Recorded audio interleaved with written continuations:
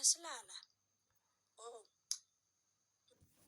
Masiqeda ukudla athi-ke mthatha ngicungisela i-apule eli-1 namanzi ekamareni. So that mangilambile ebusuku unganihluphi. Yabo? Yimi loya vele ngithatha i-apule. I think I was in grade. Yeah, not 4. Vele kuleyo missed like grade 4. Thatha i-apula ngithatha ijeke lamanzi so that ukuthi vele ngimfakele amanzi amaningi. Yabo ukuthi vele if he needs more water or if uzolibele phuze from lelo jaka lelo. And then I took those things into my mom and my dad's bedroom.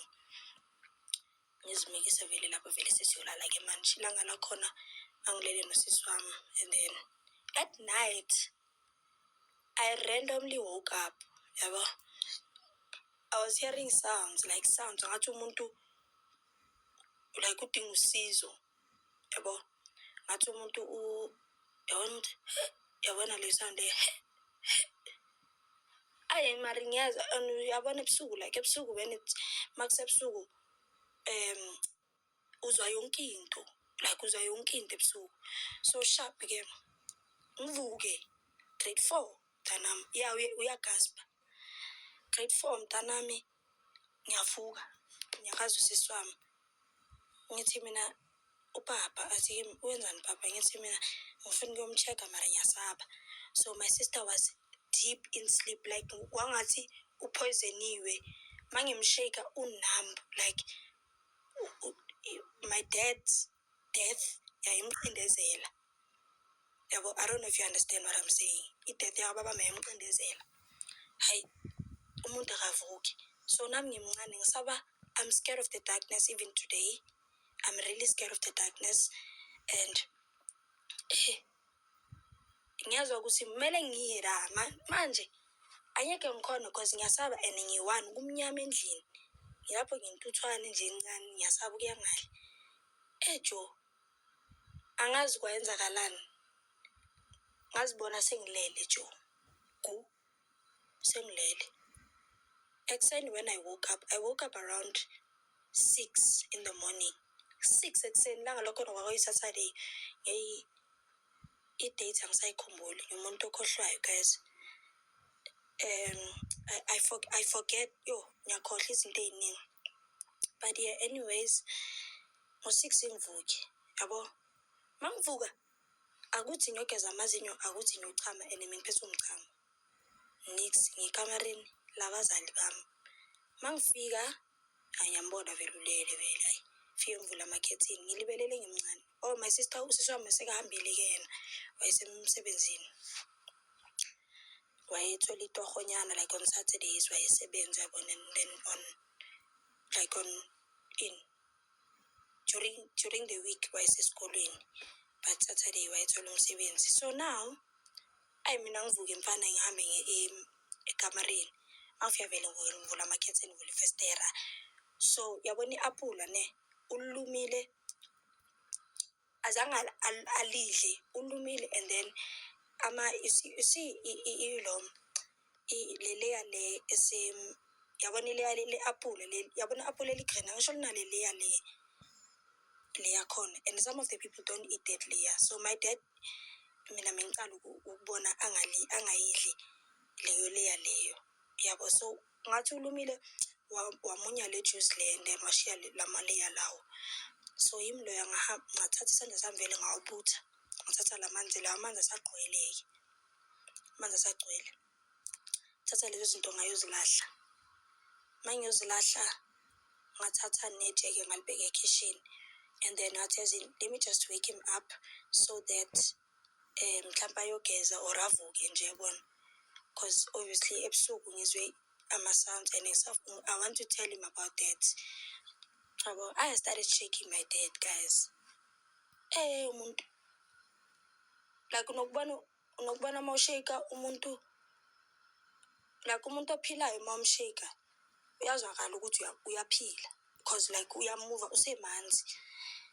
My dad was cold guys. My dad was cold like he was cold. My dad was cold. Ngicela i-ice. Ngicela ubambe i-ice and leso sikhathi ufaka ipijama ne makuyabanda like uyabanda. Sharp-ke ngimvuze ngithi ezini isingimyeke kancane ukhathele lo muntu lo sharp. Ngihlala ngale dining room. Joe, kube nento ethi-ke Miss Joe, hambe uyovusa lo muntu lo, ngihambe futhi ngimnyakazise.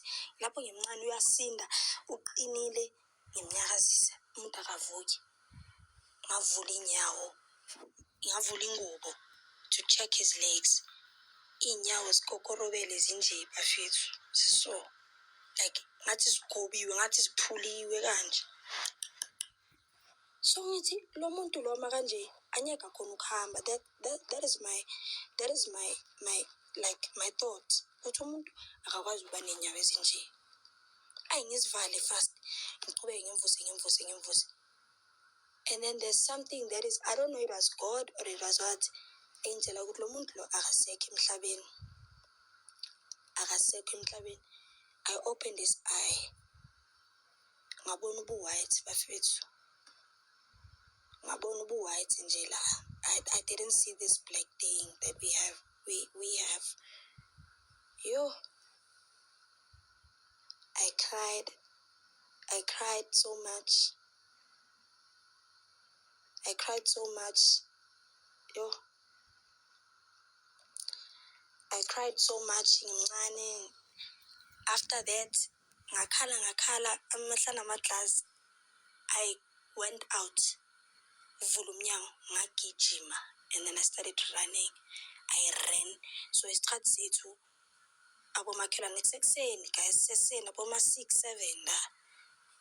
Ngaya kwesinye istradi kunomunye ubaba kuthiwa ubaba uNtoyi, ushonile manje, may his soul rest in peace. Ubaba uNtoyi noma Ntoyi, they were pastors. Ngafika kababa uNtoyi kuvukiwe vele. I didn't knock. I pushed the door and I cried worse. They asked me what is going on, and then I told my dad, I told Baba Ntoyi, I was like, Baba Ntoyi, Baba akavuki, yabo. I didn't know what to say because I don't know what's going on. Baba makavuki, but Baba Ntoyi ngiyamshika akavuki. Baba Ntoyi uthi, what I like in his hesitation, I found my answer. You know, in his face and the whole hesitation that was going on his face, not in his face, like on his face, I found my answer and I was like, nope, no ways. So, Baba Ntoyi had mekaneturu nje emoto nje.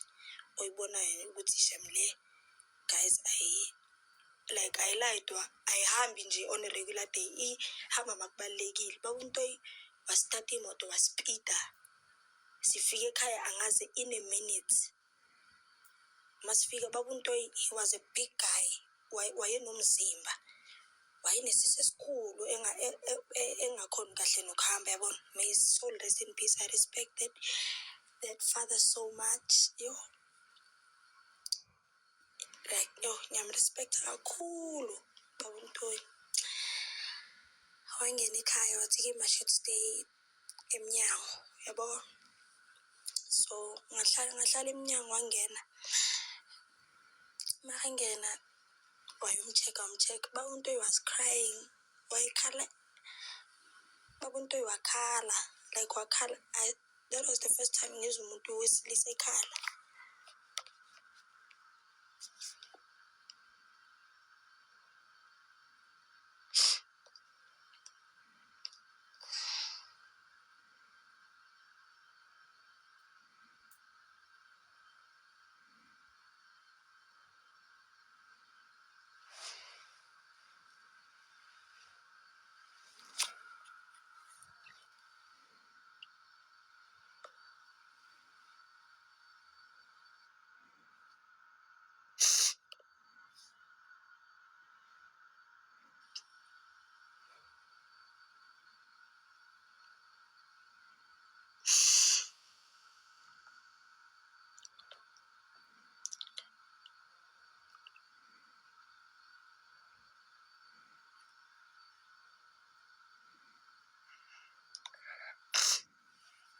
So yeah, guys, I mean,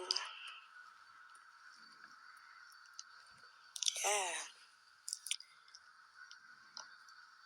ngicala ubona umuntu owedlolo, umuntu wesilisa khala.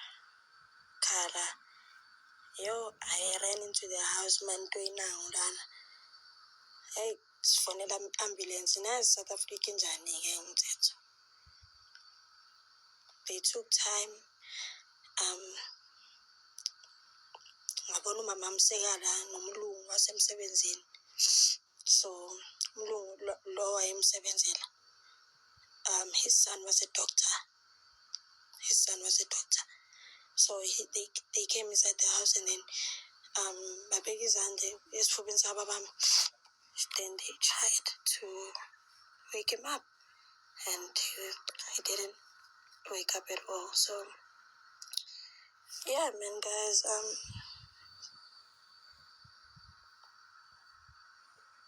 that is exactly what happened, and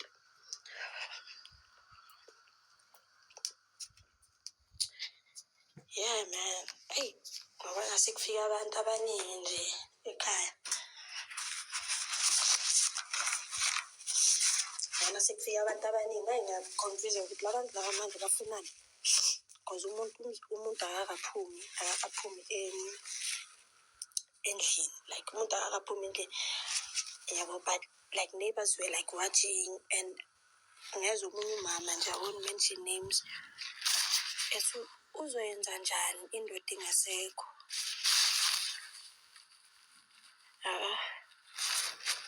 Yo, that broke me so much. That broke me till today. That broke me so much. Ukuthi yo, bantu bazokhuluma whatever that they say, man, not knowing. So yeah, guys, I mean, hey, umthathu babamkena. That is how I saw ukuthi. That is how I saw ukuthi ubaba wamshoneleke. Waba uphumula wakhe, waba mncabo obvious ayeseng.